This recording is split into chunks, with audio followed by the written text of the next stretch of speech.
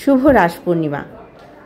আজকে চলে এসেছি সমস্ত বান্ধবীরা মিলে আরেক বান্ধবীর বাড়িতে। তার বাড়িতে আজকে লক্ষ্মীনারায়ণের পুজো হয়েছে। তো প্রথমে আমরা ফল প্রসাদ নেব, তারপর খিচুড়ি ভোগেরও আয়োজন করা হয়েছে।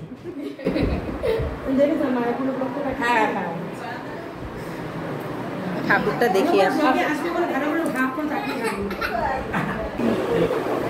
চলো দেখে আসি কোথায় পুজো হয়েছে, নারায়ণকে একটু প্রণাম করে আসি।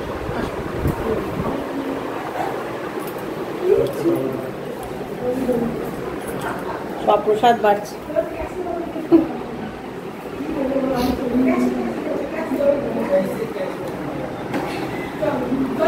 ওখানে নারায়ণের শিলাটা রেখে পুজো হয়েছে না? হ্যাঁ, আমি তো এসে প্রণাম করে গেছি।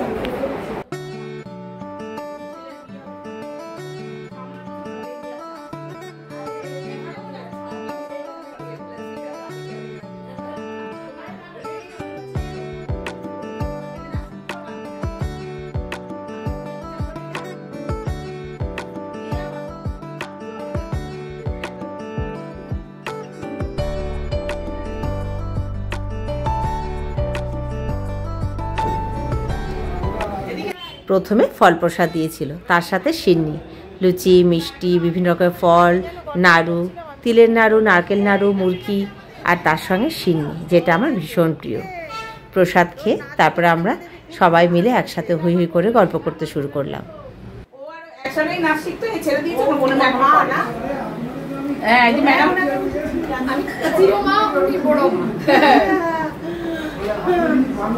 ওষুধ চলছে নাকি এদিকে?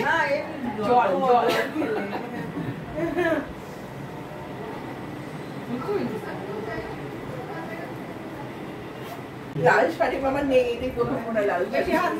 লাল পরি না, লাল পরি না, এবার লাল পরি, মমতা লাল পরি, এই যে এরকম এটা বলা কাকুলিদি লাল পরি। এই আমরা রামধনু। এবার আমরা ছাদে চলে এসেছি খিচুড়ি ভোগ খেতে। ছাদে কিন্তু ভোগ খাওয়ানোর আয়োজন হয়েছিল, আর মেনুতে ছিল সুন্দর খিচুড়ি, তার সাথে লাবড়া তরকারি, চাটনি, পায়েস, মিষ্টি। অসাধারণ হয়েছিল খিচুড়িটা খেতে। হ্যাঁ, চামচটা নিজেই সরিয়ে দিল। প্রসাদ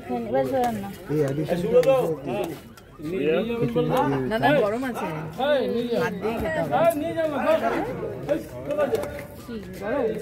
ব্যাস, এখন আনলাম, লাগলে আবার শেষ করে দিই।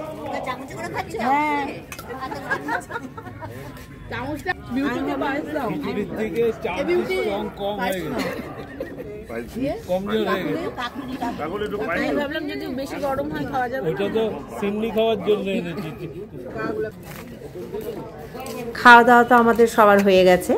এবার একটু আমরা ছাদে ঘুরে ঘুরে ছবি তুলছি, একটু পরিবেশটাকে উপভোগ করছি। এই রাতে নিস্তব্ধতা অনেক কিছু মনে করিয়ে দেয়, ভালোও লাগে। তো যাই হোক, সবাই আমরা এবার নিচে ঘরে চলে এলাম। আর এই যে পুচকেটার সঙ্গে একটুখানি গল্প টল্প করে এবার আর বেশিক্ষণ আমরা বসবো না, বেশ রাত হয়ে গেছে। বাড়িতে মেয়েরা আছে, ওদেরকে কি খেতে দিতে হবে। তো এইবার আমরা যে যার বাড়ির উদ্দেশ্যে রওনা হব।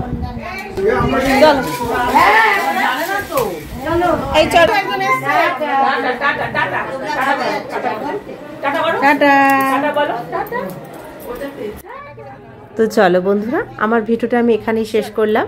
সবাইকে শুভ রাস পূর্ণিমার আরও একবার শুভেচ্ছা জানাই।